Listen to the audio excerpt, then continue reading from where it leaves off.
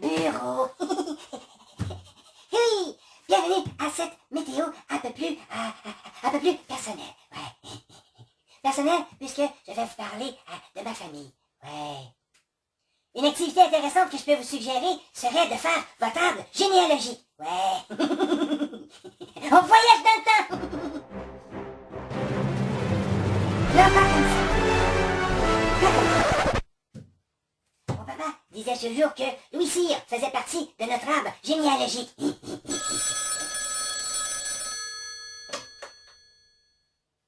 Oui. Je sais qu'on appelle même notre famille. Oui, c'est à peu près la réaction que j'avais quand il me l'a dit, quand j'avais 10 ans. J'ai pu faire mes recherches.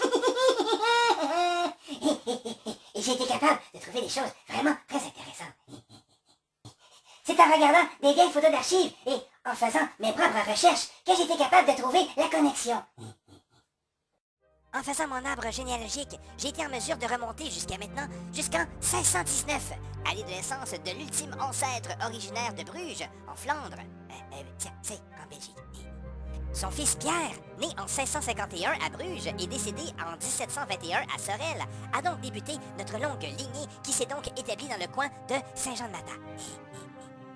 Bien sûr, je ne déclinerai pas tout mon arbre généalogique au complet. Allons tout de suite au vif du sujet, et celle qui nous intéresse est mon arrière-arrière-grand-mère. Afin d'en faciliter la compréhension, nous l'appellerons Grand-Maman Comtois. Mais comment Grand-Maman Comtois est-elle liée à Louis Cyr? Bien que plusieurs de ses exploits aient pu être exagérés au fil des ans, certains ont été documentés et demeurent impressionnants. Tels que soulever sur son dos une plateforme sur laquelle prennent place 18 hommes, pesant ainsi 4337 livres.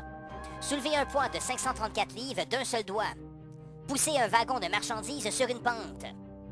À 19 ans, il a soulevé un rocher du sol jusqu'à son épaule, pesant officiellement 514 livres. Cet exploit demeure inégalé jusqu'à ce jour. Si toutefois vous désirez en savoir plus sur Louis Cyr, je peux vous suggérer le film autobiographique Louis Cyr, l'homme le plus fort du monde, paru en 2013, réalisé par Daniel Roby, mettant en vedette Antoine Bertrand dans le rôle titre. Alors, si on part de Louis Cyr, avec sa charmante épouse Mélina Comtois, avec qui ils ont eu Émiliana Cyr, née en 1887, et Mélina Comtois n'était pas fille unique. Et sa sœur, c'est Grand-Maman Comtois.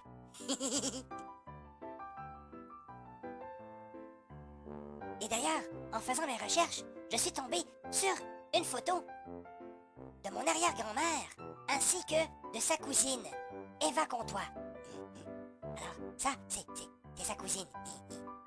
Et Eva Comtois, la cousine de mon arrière-grand-mère, était la nièce de Mélina et de Louis Cyr.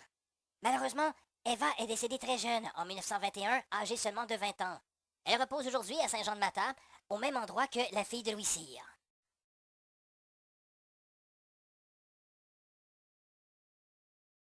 À force de regarder des photos d'archives et de remonter le temps, je me rends compte que mon papa, c'est Clark Kent. Et pour quiconque voudrait dire le contraire, sachez que pour moi, c'est mon Superman.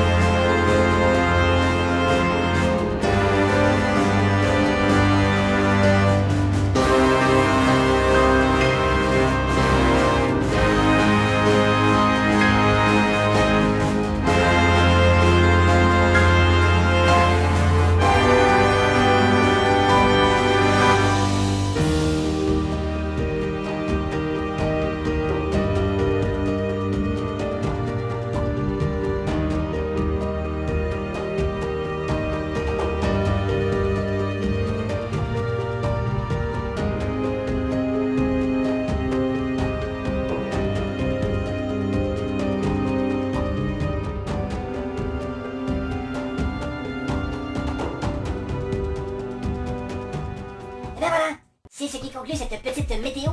J'espère qu'elle était intéressante, j'espère qu'elle était informative. Vous pouvez toujours me suivre sur les réseaux sociaux. En attendant, je vous souhaite une agréable semaine. Soyez bons, soyez sages.